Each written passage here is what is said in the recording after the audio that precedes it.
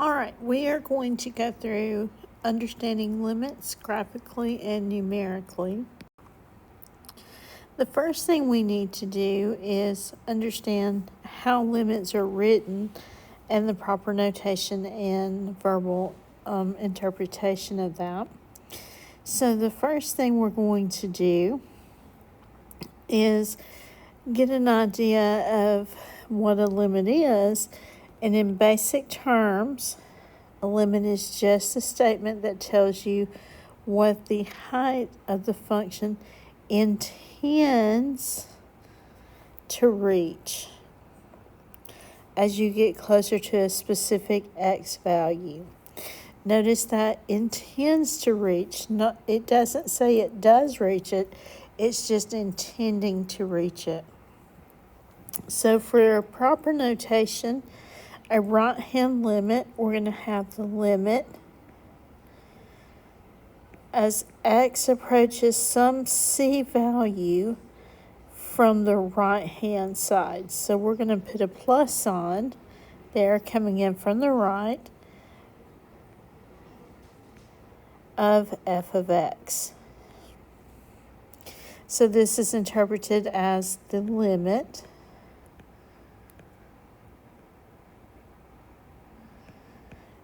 as x approaches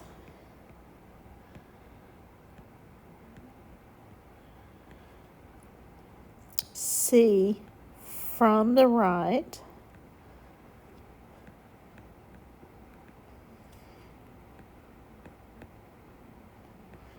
of f of x.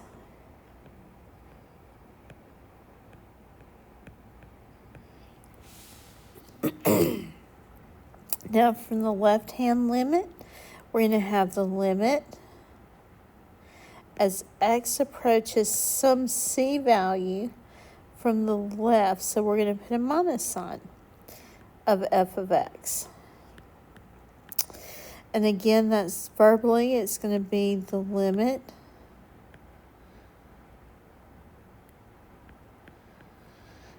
as x approaches c from the left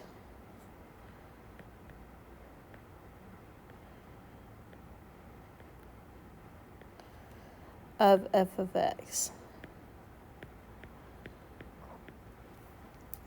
And then your general limit does not have your left or right hand side. It just says the limit as x approaches some c value of f of x. And again, that is the limit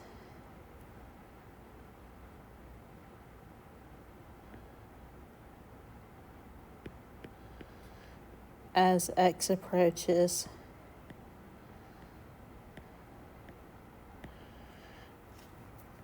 c of f of x.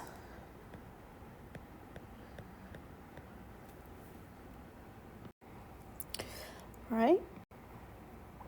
Now let's break down this rational function, and this rational function should be familiar from Algebra 2 and Pre-Cal. It's a good mixture. The first thing it wants us to do is factor and simplify. So a little bit of review here, factoring the numerator. We're going to slide and divide, so we multiply that 3 over. So we have x squared minus 8x minus 9.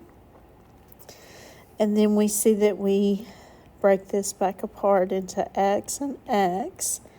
And the factors of 9 that we can multiply together and get 8 would be 1 and 9. So we're going to go ahead and put 1 and 9. And then we notice we need a negative 9 and a positive 1. And then this is slide and divide, so we have to come back and divide by what we multiplied by. And then this does not reduce, the 1/3 doesn't. So we move our 3 back up. So that's 3x plus 1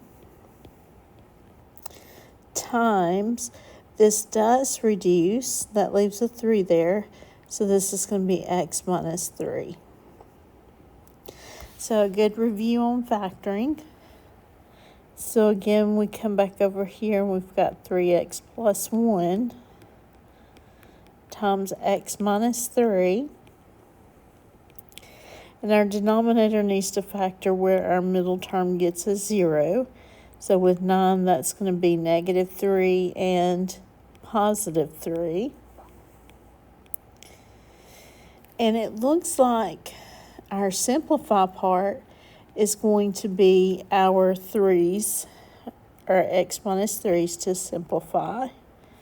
And so f of x is going to be 3x plus 1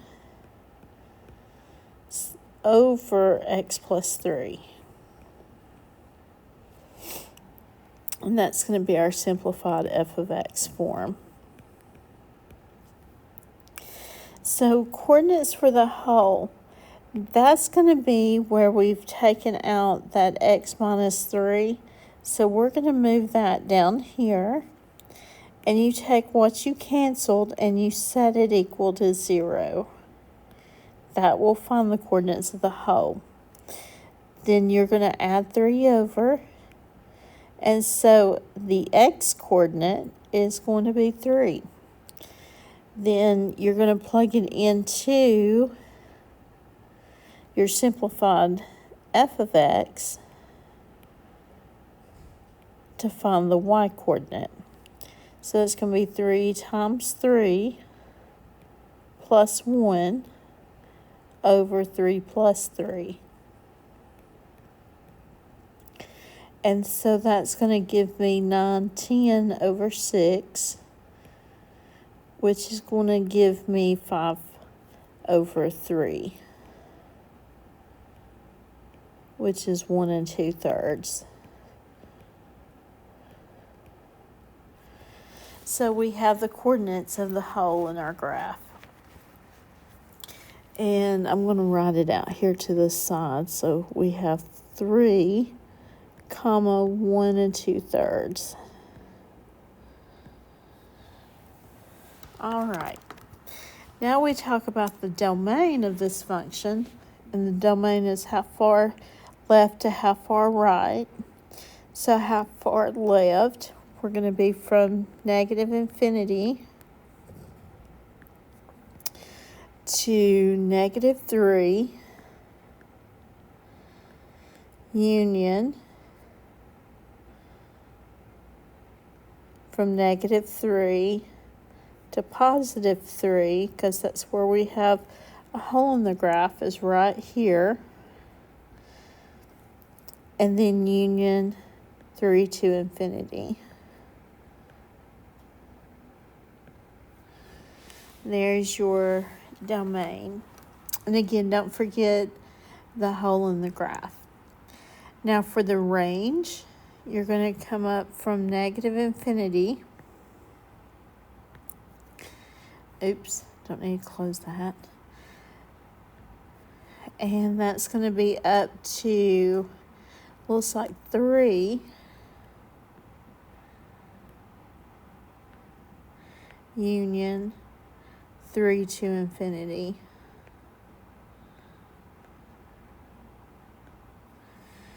Your vertical asymptote is going to be this part right here.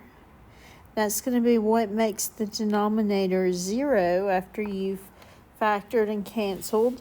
And that's going to be x equals negative 3. When x is negative 3, notice right here that would make negative 3 would make that denominator 0. And that's what's causing a vertical asymptote. Horizontal asymptote is going to be looking at the power of these two. Notice the x squareds would cancel out, and so you've got a 3 over 1, which is 3. So that's going to be your vertical asymptote, y equals 3. And we see that noted here on the graph. They've already noted it for us. All right. Now let's look at the notation. We learned some in pre-cal, but we don't remember it. And let's talk about how that kind of looks like in calculus. So it's really in behavior, and you do this in Algebra 2. And so we're going to talk about as x approaches negative infinity, what is the graph approaching? So as x approaches negative infinity, so keep in mind that your graph is going to change. Here we're going toward negative infinity. So x is tending this way. What is the graph doing? Well, the graph goes this way, and then it jumps back up here and it goes this way, and it looks like it's flattening out. It's not going downward. It's flattening out and running parallel to this horizontal asymptote. So it looks like it's running parallel to it, doesn't it? If you follow the lightsaber there. And so it looks like we're going to have, looks like that's a 3 there. So as x tends toward negative infinity, our function itself, its behavior, looks like it's going toward 3, is what it looks like. Okay, let's look at this next one as x tends toward negative 3. So let's get out our trusty lightsaber as x is going toward negative 3. Okay, so x is going toward negative 3 from the right. So we're going toward negative 3 from the right. Okay, there's negative 3 from the right. What is our function doing? Well, let's see. We got to jump over that hole, and we're going to keep going. Well, the closer we get to negative 3 on the graph, the further downward we're going. So it looks like we're tending toward negative infinity. Okay. As x approaches negative 3 from the left, so let's see what we're doing from the left. So here we're getting closer and closer to negative 3. Our graph, those y values, as we get closer and closer to negative 3, those y values keep increasing. And so that looks like it's going to be positive infinity. All right, let's go to the other side. As x approaches infinity, what is f of x doing? So as x approaches infinity, so x is getting bigger and bigger and bigger, what is f of x doing? F of x is, it's increasing, but then it looks like it's starting to flatten out and run parallel with this horizontal asymptote here. So it looks like it's flattening out, running parallel to that asymptote, which is 3. Okay. As x approaches 3 from the left,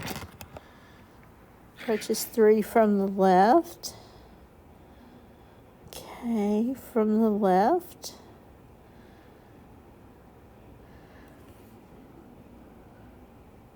the graph of f of x is approaching. So if we're approaching 3 from the left, that means we're getting right here. And we're at that hole in the graph. So we found that point earlier. Remember when we found the coordinates of the hole in the graph? Even though there's a hole there, there's an intended y value, and we found that to be 5/3, I believe, or 1 2/3. Because, again, this is an intended y value. It doesn't have to exist there, it's just the intended y value. And the same thing as x approaches 3 from the right. Well, if we're approaching 3 from the right, that means we're coming in this direction, and we're getting super close to that hole in the graph, but we're not going to cross it because it is a hole in the graph, but it is an intended y value, so it is 5/3 or 1 2/3.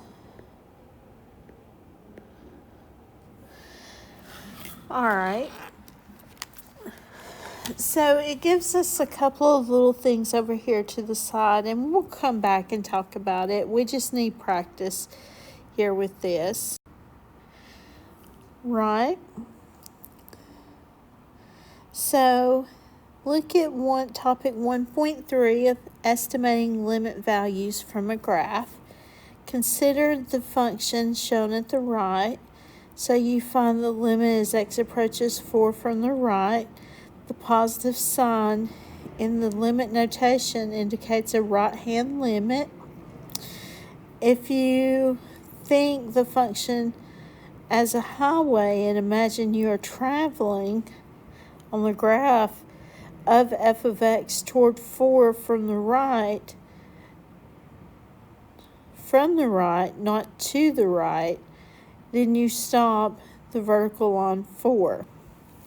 The y value where you stop is 3. So therefore the limit is 3. All right, so let's go through all of these. And for part A, f at 2 is the actual function value. So I'm going to write this in, and I encourage you to as well, because you won't remember with all this notation. So that's the function value. So we need the function's value at 2. So we're going to go over here to 2, and we're going to look up and down till we see one space that is filled in. And that's going to be this space right here. So f at 2 is -1. Notice it wasn't a limit or anything. It was just a value for the function. It's like f at -1. F at -1, if we go there and look up and look down, our solid point is way up there at 4. All right, for C, we have the limit as x approaches 4 from the left. So as x approaches 4 from the left, so we're going to trace in. X is approaching 4. We're coming in from the left. So it looks like that intended y value is 3.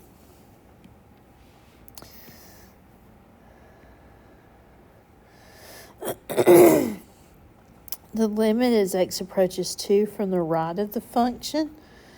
Limit as x approaches 2 from the right. So we're coming in from the right side. And so this intended height is 1. E, the limit as x approaches 2 from the left. Now this one's a mixed up one. Here's coming in from the left. And it's -1. So notice those are two different values there. And it's okay to have two different values. Just the whole limit itself just would not exist when we have to talk about the general limit. But the one-sided limit, it's okay for it to have two different values. Let's look at f. The limit as x approaches -1 from the right. So -1 from the right. So we're coming in from the right. Looks like it's going to be a +1. That's the intended y value.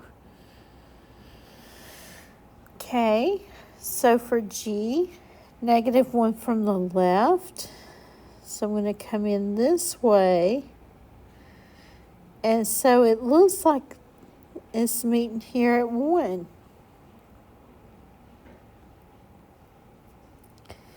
Okay, so for h, we have the limit as x approaches -4 from the right. So -4 from the right. So we're coming in from the right side. And so it looks like it's going to be 2.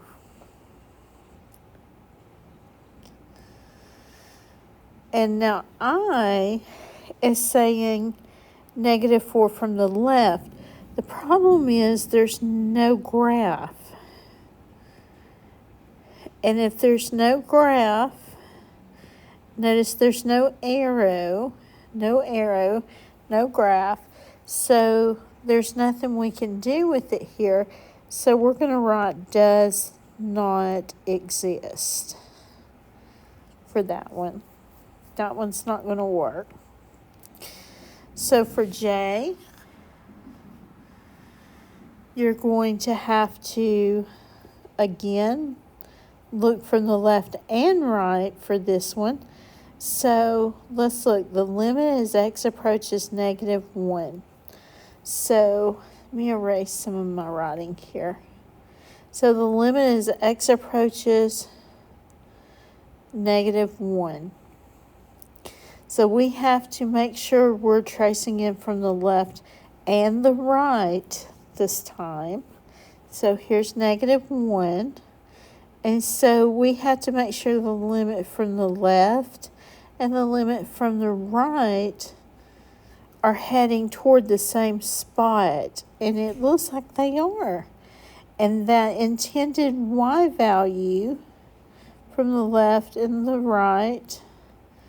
Oh, I drew it in backwards. Let's erase it. Oh, no, let's go forward there.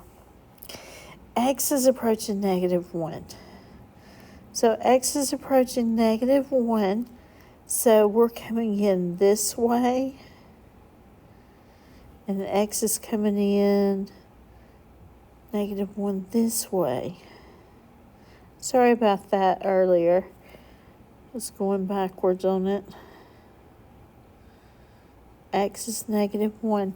So now there's a hole there. However, we can still get from that an intended height. We can still tell, okay, what was it wanting to be? What was it intending on getting there? What was its height going to be? And so what does it look like at -1? It wanted its height to be. It looks like it wanted it to be 2. All right, so for K, let's look at it. So from the right, we are here. And from the left, we are here. Uh-oh. Those two do not have common intended heights.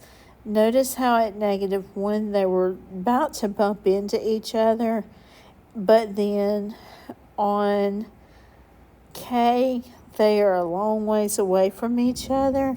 They're not running into each other. They're at different places. So this limit does not exist.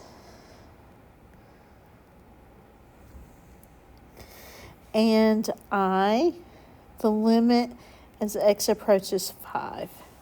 Now this one people want to say does not exist, and it does exist because that arrow that means this line just continues going. And so we have to imagine that line going on. And if we're approaching 5 from the left and from the right, it looks like it's going to be approaching at 2, negative 2. All right, x approaching 0. So x is coming in from the left and x is coming in from the right. And so it looks like the limit for this one might be negative 1. And then for n, the limit as x approaches 1, we're approaching it from the left and the right. And so it looks like it might be negative 2. Okay.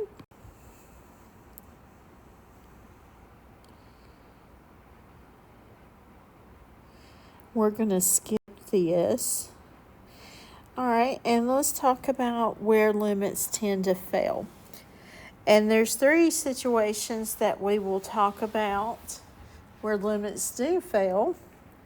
And the first one we're going to talk about is where we have a jump discontinuity, and we're going to call this one jump, because you're jumping from one to the other, if you want to think of it that way. You need to learn that this graph right here, that graph, matches this function right here. And you also need to know that f of x equals absolute value of x over x.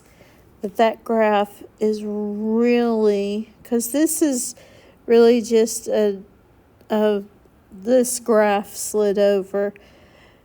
If you will learn that that function looks like, and I can't draw, folks, so forgive me. And those are open circles at 1 and negative 1. So this is at 1, this is at negative 1. And so if you'll learn this graph for this function, your life will be easier. So that jump discontinuity, the reason why the limit does not exist for here is because the limit as x approaches negative 1 from the right of f of x does not equal the limit as x approaches negative 1 from the left. Those two will never equal each other. Okay, oscillating is case 2, and that is showing you that the sine function is stuck right here. And you'll see the limit as x approaches 0 for the function sine of 1 over x does not exist. And it does not exist because of the oscillating. This one is bouncing between positive and negative 1. So this bounces between positive 1 and negative 1.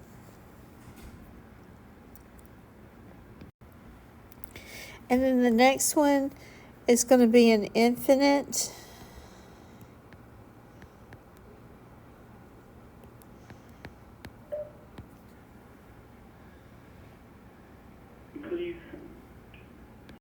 discontinuity.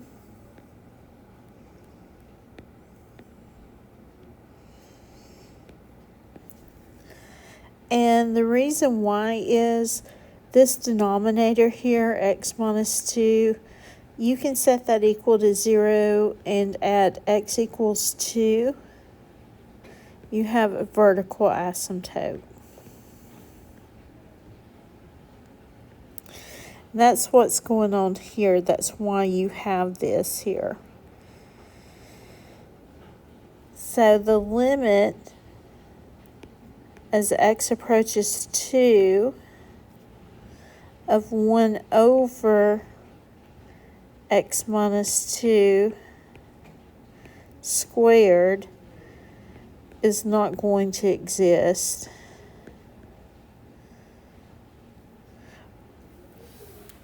Now we do have to be careful because one-sided limits here would exist. Your answer would be infinity or on one side of it, but the general limit does not exist.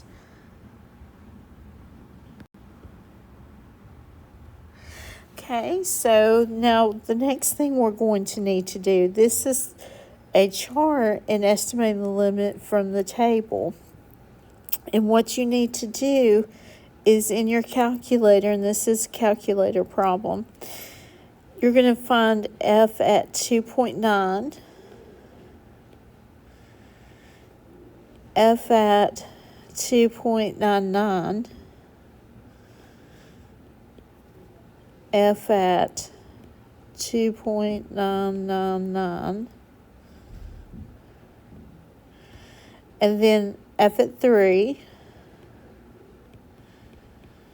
and then f at 3.001,